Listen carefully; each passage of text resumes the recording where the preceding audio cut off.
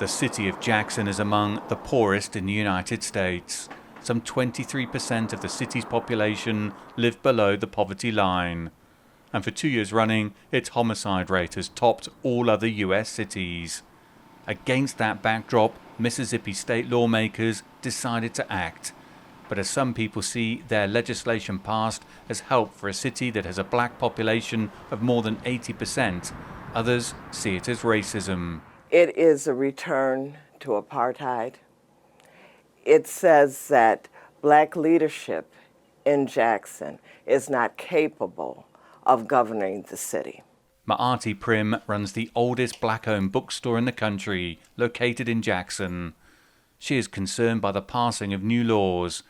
One expands the Capitol Police Department, initially created to protect the city's Capitol buildings, to cover a much larger area of the city. The problem with the Capitol Police, since they've been around, there have been shootings of 4 black men in less than a year.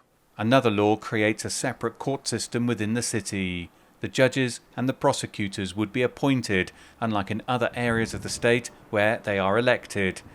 Jackson's mayor, Chokwe Antar Lumumba, opposes the new law, as does Danielle Holmes of the Mississippi Poor People's Campaign. Having a judge, 4 judges that are all appointed in white, prosecutors that are appointed in white, and so we know that it's going to be dangerous. Those behind the new laws have played down racial concerns. Trey Lamar, a Republican House representative, says the measures are meant to address public safety in Jackson, tackling the crime problem as well as the severe backlog in criminal cases.